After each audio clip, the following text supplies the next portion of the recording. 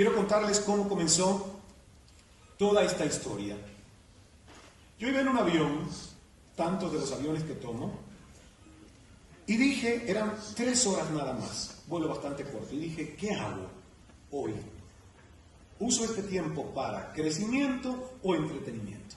Porque mi fórmula en los últimos años es, si el tiempo es la moneda más importante con la que yo tengo que hacer transacciones todos los días de mi valor, yo no puedo usar mi tiempo de manera inconsciente.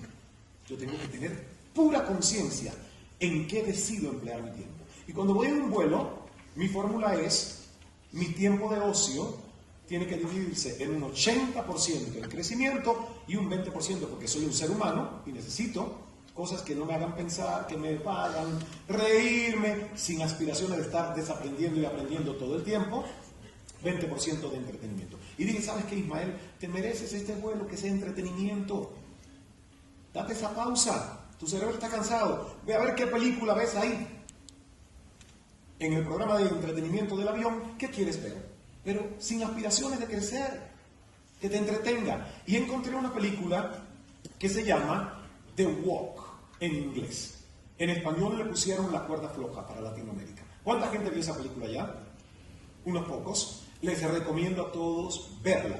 Y yo empecé a ver mi película y disfruté la historia de Philippe Petit, un francés que en el año 1974, un 6 de agosto, subió, burlando la seguridad de las Torres Gemelas, una enorme caja con un cable de acero de 450 libras, más en partes la barra de equilibrio que pesaba 55 libras y la llevó a subir, porque su récord mundial, que él quería en su mente romper y luego hacerlo realidad, era lo que nadie había hecho hasta entonces: caminar en una cuerda floja haciendo equilibrio en las Torres Gemelas que hoy ya ni existen.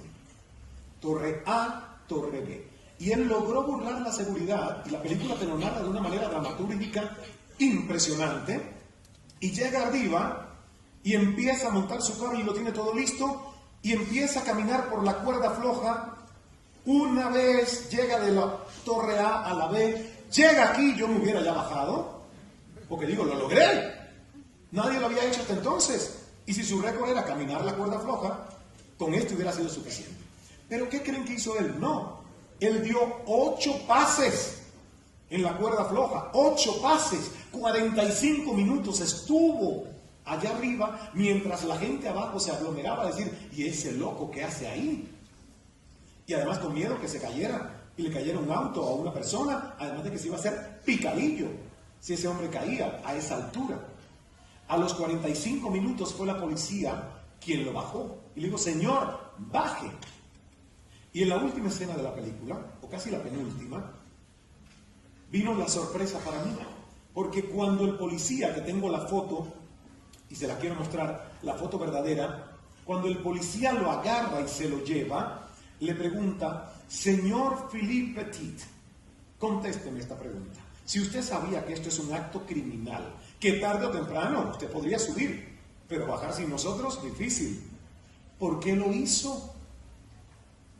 ¿Por qué usted subió? Si posiblemente ahora el juez lo va a condenar y usted se va a pasar unos cuantos años en prisión.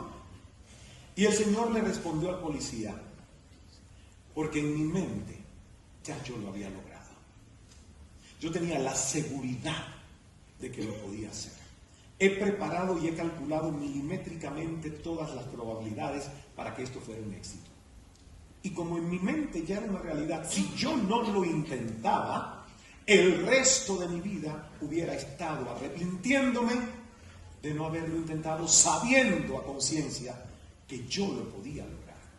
Y esa fue la escena donde yo dije, te equivocaste, Ismael.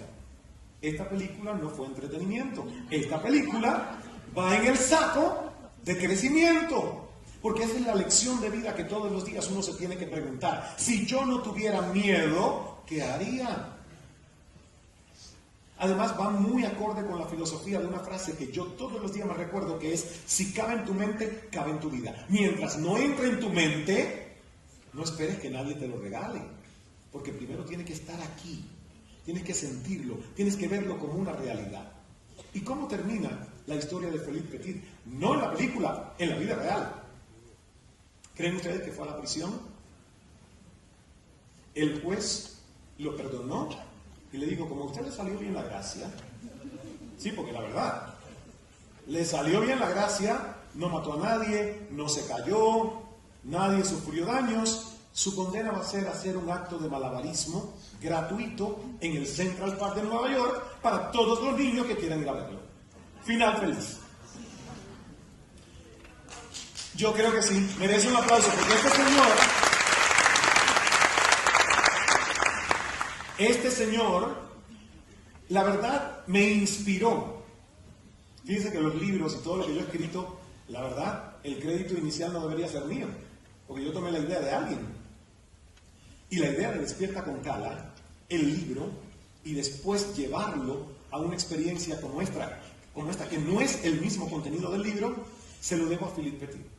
Cuando esa escena resonó en mi mente, yo dije, Ismael, ¿qué cosa es la vida? Porque al final es difícil describirla con palabras, pero la vida es lo que es. Y me puse a pensar, pero la vida es una cuerda floja. Porque fíjate, tú naces en un punto, y la única manera en que tú vas a llegar a hacer algo y evolucionar es instintivamente atreviéndote a aprender a caminar. Y desde el momento en que tú caminas, ¿qué haces? Pones un pie en el aire, das un paso, pones otro y vas avanzando. Y eso implica caminar en una cuerda floja. Y metafóricamente, tú no puedes mirar tanto atrás, porque el pasado te aturde, al pasado no se va a pelear si no es un referente. Tienes que mirar adelante, no puedes tampoco mirar demasiado abajo, porque el vacío puede que efectivamente te haga perder el equilibrio. Y dije, la única diferencia es que yo no creo que en la vida uno va con una barba para lograr el equilibrio como lo hace Philippe Petit. Uno va con 7 pelotitas al menos, porque nosotros los seres humanos somos holísticos. Tenemos muchos aspectos de nuestra vida que cuidar para tener una vida plena, feliz, llena de satisfacción, de crecimiento y no de sufrimiento, y de enfermedades, y de ausencia de salud. Entonces dije, la cuerda floja que nosotros caminamos implica que no solo tú vayas haciendo esto, sino esto. Malabares con 7 pelotas. Algunas son de cristal, otras son plásticas. Pero qué triste que cuando empecé a escribir el libro digo, ese es el gran problema de nosotros, que ni siquiera sabemos cuáles de esas pelotitas, que son las áreas de nuestra vida, son de cristal y cuáles otras son plásticas. Porque las de cristal se hacen añicos cuando caen, pero las plásticas tienen la segunda o tercera o cuarta oportunidad de que pueden caer y rebotar.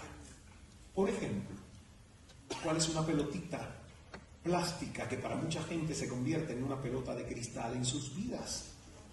Las finanzas, su carrera. ¿Y cuál es una de cristal que la gente no se da cuenta que es de cristal hasta que cae y se echa añicos?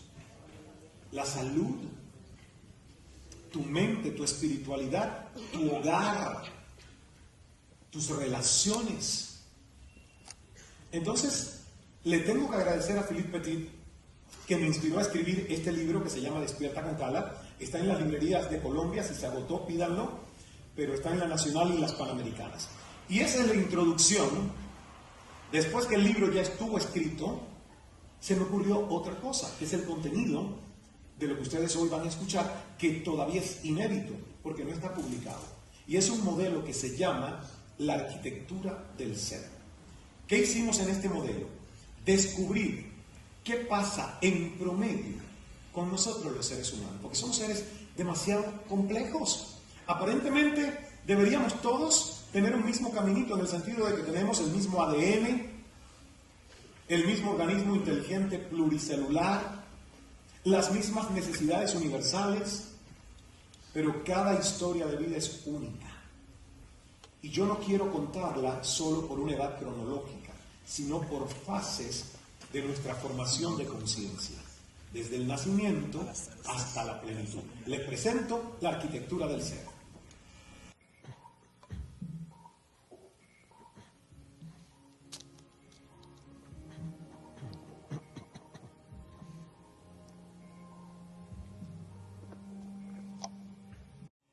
Las bolitas a lo mejor al principio no van a decir mucho, pero cuando ustedes vean que la primera es nacimiento. ¿Me ayudas, Jorge? Porque acuérdate que esto no me está funcionando. La es domesticación. La tercera es huracán de presión social, salto al abismo, tocar fondo, despertar de conciencia y plenitud. Esa es la arquitectura del ser. Ahora, ustedes dirán, bueno, ¿en qué etapa estoy yo ahí? Le digo, eso es lo que nos toca descubrir juntos. Lo único que yo sé, a ciencia cierta, es que la mayoría de los que estamos aquí pasó la primera, nacimiento. ¿O hay alguien que cree no haber nacido todavía? Puede ser, habría que estudiarlo. Pero creo que todos sabemos que nacimos. A lo mejor ya a partir de la domesticación hay dudas y uno no sabe de qué se trata. Entonces vamos a comenzar por el principio de todo, es el nacimiento.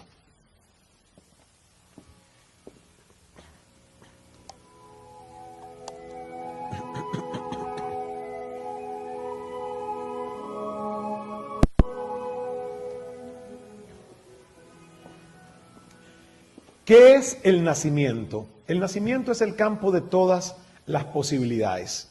Cuando se fecunda un bebé, imagínense ustedes la magia que es que solo 2 células tengan en sí todo el potencial genético innato y aparentemente oculto para regenerarse, reproducirse y crear en solo 9 meses una criatura con todos sus órganos, sus uñitas, piel, huesos, cartílagos.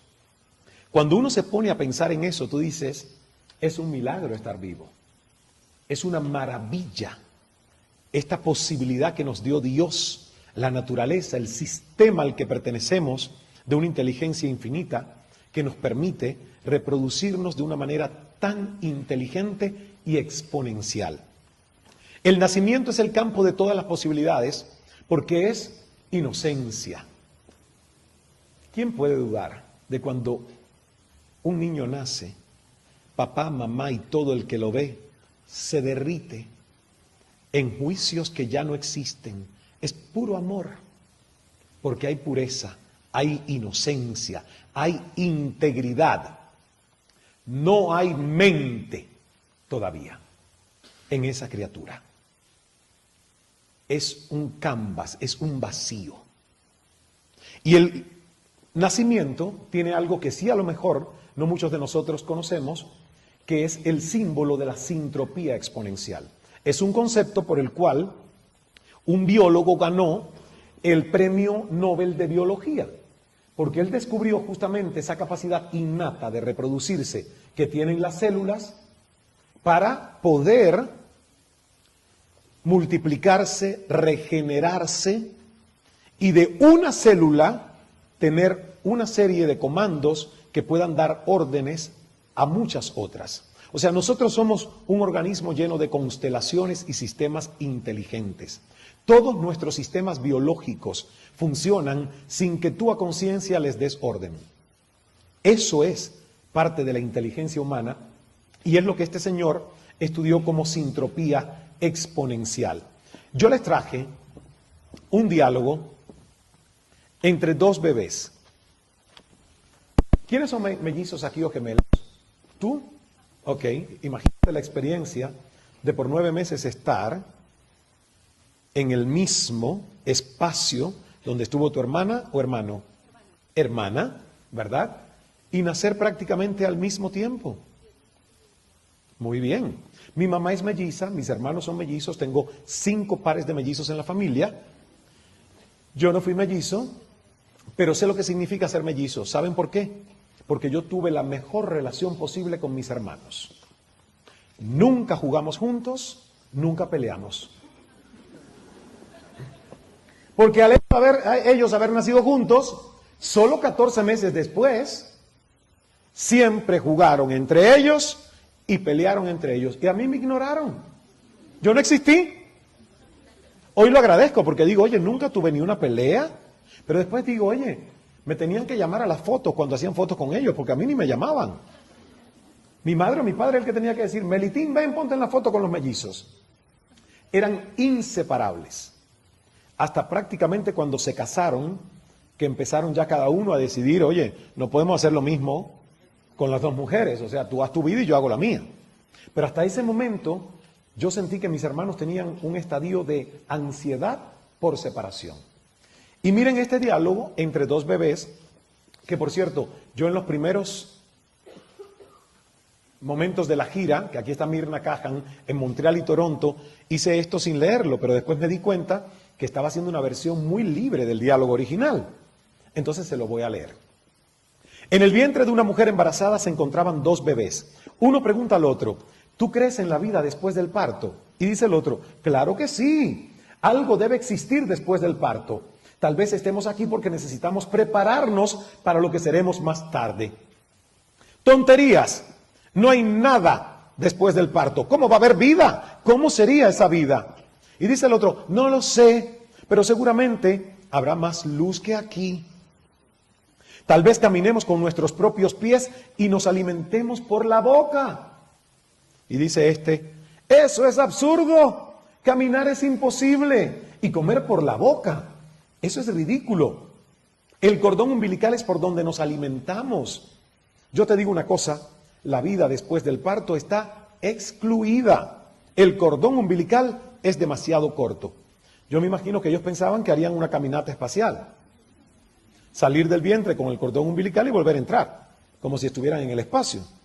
Pues yo creo que debe haber algo más, y tal vez sea un poco distinto a lo que estamos acostumbrados a tener aquí. Y dice el otro, pero nadie ha vuelto nunca del más allá después del parto. Y eso es cierto. Nadie regresa del mismo lugar de donde vino. Dice este, miren qué filosófico, el parto es el final de la vida. Y a fin de cuentas la vida no es más que una angustiosa existencia en la oscuridad que no lleva a nada. Y dice este, bueno, yo no sé exactamente cómo será después del parto, pero seguro que veremos a mamá y ella nos cuidará. Y dice este, mamá, ¿tú crees en mamá? ¿Y dónde crees tú que está ella? ¿Dónde? En todo nuestro alrededor, en ella y a través de ella es como vivimos. Sin ella todo este mundo no existiría. Pues yo no me lo creo. Nunca he visto a mamá, por lo tanto, es lógico que no exista. ¿No es así como pensamos los seres humanos? Ver para creer. Cuando lo vea lo creo. Si no me lo muestras no lo creo. Bueno, pero a veces cuando estamos en silencio, tú puedes oírla cantando o sentir cómo acaricia nuestro mundo. ¿Sabes? Yo pienso que hay una vida real que nos espera y que ahora solamente estamos preparándonos para ella. ¡Bum! Y salió el primero. Y 2 segundos después, nació el segundo. ¿A encontrarse con qué? Con la incertidumbre. Con un mundo, hasta ese momento, después de 9 meses, totalmente diferente, totalmente desconocido. Un mundo al que esos 2 bebés, al igual que nosotros, que no nacimos diferente, tuvieron que adaptarse, tuvieron que perder el miedo a empezar a aprender cosas. Tuvieron que darle una palmadita para que empezaran a utilizar sus pulmones, porque ya no había cordón umbilical. Tuvieron que aprender a comer por sus bocas, que no había sucedido en 9 meses. ¿Y por qué si el mismo nacimiento es un acto de fe y de total transformación, nosotros después que nacemos queremos que todo más o menos sea igual, se parezca, sea fácil, no nos cueste demasiado trabajo? Es interesante porque esta conversación nos da el pie de poder continuar analizando qué nos pasa entonces. Sintropía es un concepto que aborda las 37,000, bueno, son millones de células en todo nuestro cuerpo. Y que a lo mejor no recordamos las clases de biología, pero yo se las tengo que recordar, porque en realidad, ¿se acuerdan ustedes de la parte de una célula? ¿Verdad? Membrana, citoplasma, muchos orgánulos, núcleo. El núcleo es el más importante porque la mayoría del material de codificación genética está en el núcleo. Las proteínas están en el núcleo. Y desde ese núcleo se produce orgánicamente en una inteligencia que existe y que ya viene programada en cada una de nuestras células, un show, que es el show que dirige nuestra existencia. Cada una de nuestras células nació con vida, nació con programación, nació con una existencia y un propósito. Eso es sintropía. Péguense este concepto a la mente, porque ustedes, cuando entiendan que todos son seres sintrópicos, van a decir, ¿cómo me voy a negar al cambio, a la mutación, al desarrollo, a la evolución, si esto es lo que yo vivo como organismo vivo todos los días? La sintropía lo que dice es que las células saben qué necesitan para estar bien, qué necesitan para estar feliz, qué necesitan para reproducirse, qué necesitan para ayudar a otras cuando no están bien y están enfermas. Y sucede muy naturalmente cuando la mente no interviene o no está intoxicada. Este es un concepto que Bruce Lipton muy bien en su libro La biología de la creencia. Si ustedes no han leído ese libro, yo se lo recomiendo. Ese libro me cambió la vida. ¿Por qué? Porque yo vengo de una familia de ahorcados. Mi abuelito se ahorcó cuando yo tenía 4 años, nadie hablaba del tema.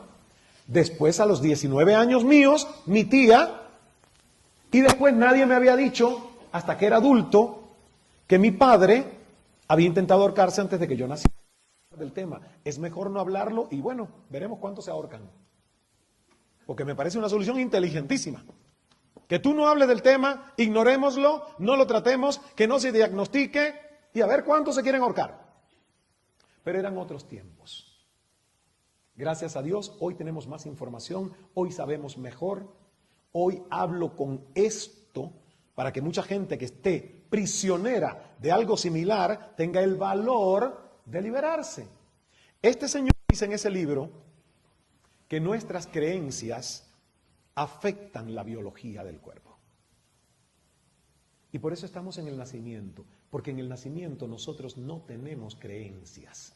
Somos integridad, somos inocencia, somos pureza. La piñatita, que es el cerebro con el que nacemos, trae muy pocas aplicaciones de fábrica. Hay algunas que vienen, como el cerebro reptiliano, con una aplicación que se llama amígdala, que es una señora que es la centinela de los traumas y los miedos. Esa ya viene de fábrica, en tu sistema operativo y en el disco duro. Traes tu sistema límbico, emociones, sentimientos. Pero el bebé todavía no tiene desarrollada la precorteza, la corteza prefrontal, que es raciocinio, inteligencia más elevada. Ya eso va un poquito más a la pubertad. Entonces, todo lo demás que pueden ser las creencias que hoy tú estás cargando y con las que has venido a Despierta con Cala, Medellín, no naciste con ellas. Llegaron en otro momento de tu vida, porque el nacimiento, en el momento en que tú viniste a este mundo, viniste con todas las posibilidades de ser un ser extraordinario, no para conformarte con una vida ordinaria de supervivencia, no, para tener una vida de infinitas posibilidades. Pero ¿cómo evoluciona el ser humano? Dependa si usted cree en la teoría de la creación o la evolución de Darwin. Yo no voy a discutir ese tema, eso es una creencia de cada quien. Pero lo que sí podemos ver es que a lo largo de la historia, el ser humano, de una etapa de movimiento, de creación de herramientas usando su inteligencia, ha llegado a una etapa de mucha abundancia, pero de extrema amenaza.